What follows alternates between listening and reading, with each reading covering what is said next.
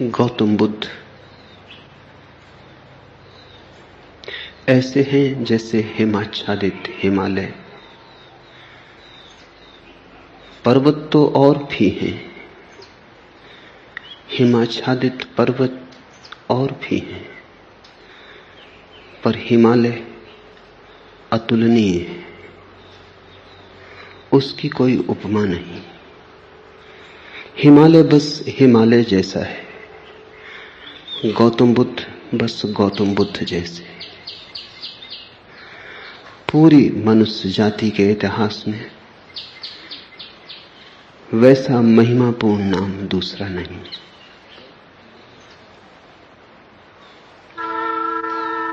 गौतम बुद्ध ने जितने हृदयों की वीणा को बजाया है उतना किसी और ने नहीं।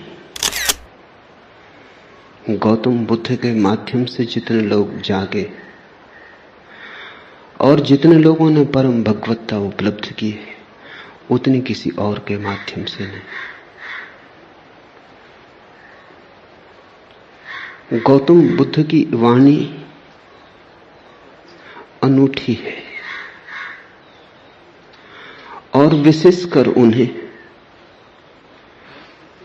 जो सोच विचार चिंतन मनन विमर्श के आदि हैं।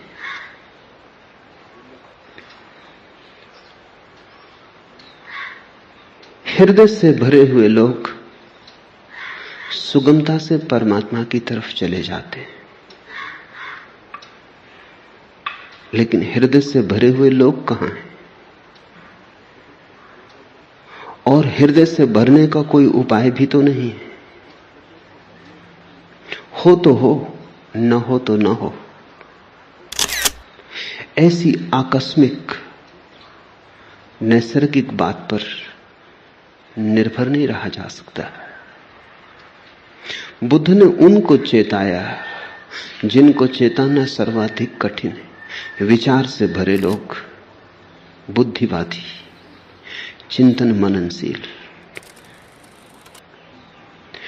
प्रेम और भाव से भरे लोग तो परमात्मा की तरफ सरलता से झुक जाते हैं, उन्हें झुकाना नहीं पड़ता।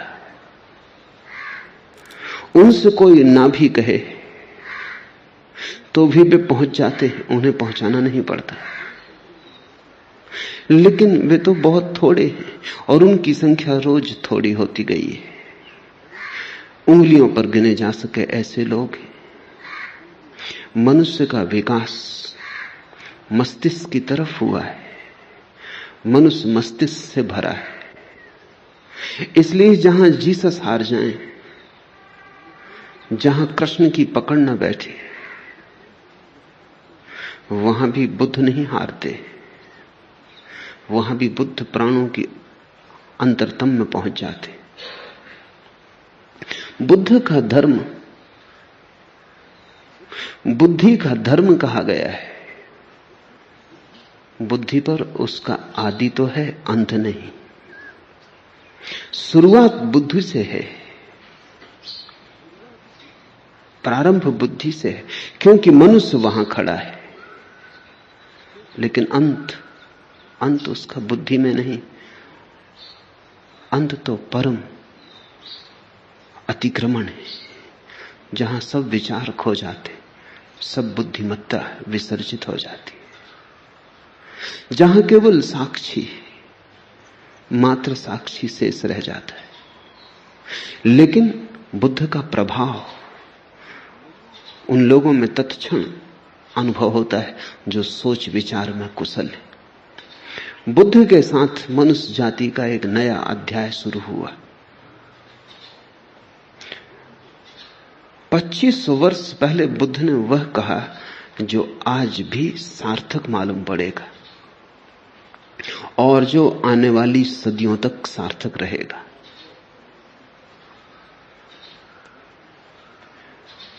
बुद्ध ने विश्लेषण दिया, एनालिसिस दी, और जैसा सूक्ष्म विश्लेषण उन्होंने किया कभी किसी ने ना किया था और फिर दोबारा कोई ना कर पाया।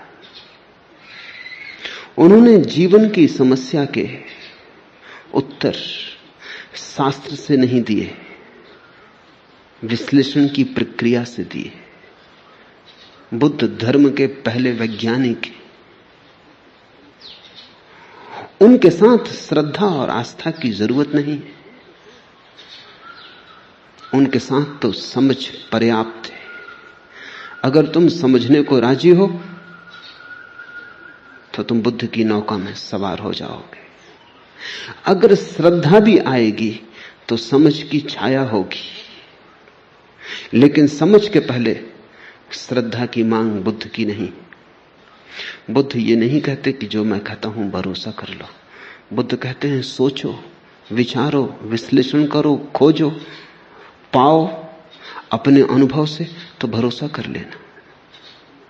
दुनिया के सारे धर्मों ने भरोसे को पहले रखा है, सिर्फ बुद्ध को छोड़कर। दुनिया के सारे धर्मों में श्रद्धा प्राथमिक है, फिर ही कदम उठेगा। बुद्ध ने कहा अनुभव प्राथमिक है, श्रद्धा आनुषांगिक है। अनुभव होगा तो श्रद्धा होगी, अनुभव होगा तो आस्था होगी। इसलिए बुद्ध कहते हैं आस्था की कोई जरूरत नहीं है, अनुभव के साथ अपने से आ जाएगी, तुम्हें लानी नहीं। और तुम्हारी लाई हुई आस्था का मूल्य भी क्या हो सकता है? तुम्हारी लाई आस्था के पीछे भी छिपे होंगे तुम्हारे संदेह। तुम आरोपित भी कर लोगे विश्वास को, तो भी विश्वास के पीछे अविश्वास खड़ा होगा। तुम कितनी ही दृढ़ता से भरोसा करना चाहो, लेकिन तुम्हारी दृढ़ता कपती रहेगी और तुम जानते रहोगे कि जो तुम्हारे अनुभव में नहीं उतरा है उसे तुम चाहो भी तो भी कैसे मान सकते हो, मान भी लो तो भी कैसे मान सकते हो।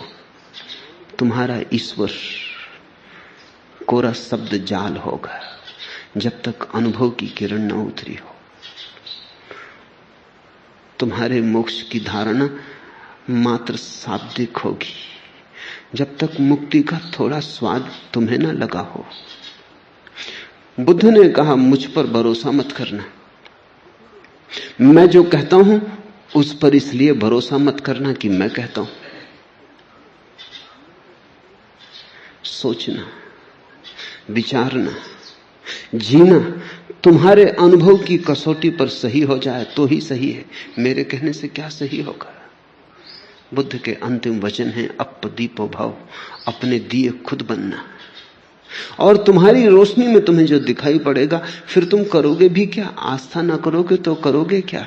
आस्था सहज होगी, उसकी बात ही उठानी व्यर्थ है। बुद्ध का धर्म विश्लेषण का धर्म है, लेकिन विश्लेषण से शुरू होता है, समाप्त नहीं होता। वहां समाप्त तो परम संश्लेषण पर होता है।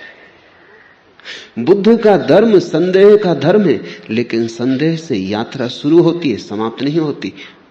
समाप्त तो परम श्रद्धा पर होती। इसलिए बुद्ध को समझने में बड़ी भूल हुई, क्योंकि बुद्ध संदेह की भाषा बोलते हैं तो लोगों ने समझा ये संदेहवादी है। हिंदू तक न समझ पाए, जो जमीन पे सबसे ज्यादा पुरानी कौम। बुद्ध निश्चित ही बड़े अनूठे रहे होंगे, तभी तो हिंदू तक समझने से चूक गए।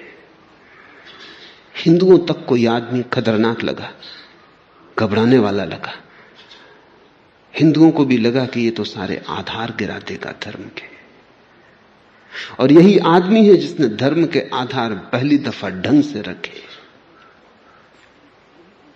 श्रद्धा पर भी कोई आधार रखा जा सकता है, अनुभव पर ही आधार रखा जा सकता है। अनुभव की छाया की तरह श्रद्धा उत्पन्न होती। श्रद्धा अनुभव की सुगंध है, और अनुभव के बिना श्रद्धा अंधी है। और जिस श्रद्धा के पास आंख ना हो, उससे तुम सत्य तक पहुंच पाओगे? बुद्ध ने बड़ा दुस्साहस किया। बुद्ध जैसे व्यक्ति पर भरोसा करना एकदम सुगम होता है। उसके उठने बैठने में प्रामाणिकता होती है, उसके शब्द शब्द में वजन होता है, उसके होने का पूरा ढंग स्वयं सिद्ध होता है। उस पर श्रद्धा आसान हो जाती है। लेकिन बुद्ध ने कहा तुम मुझे अपनी बैसाखी मत बना।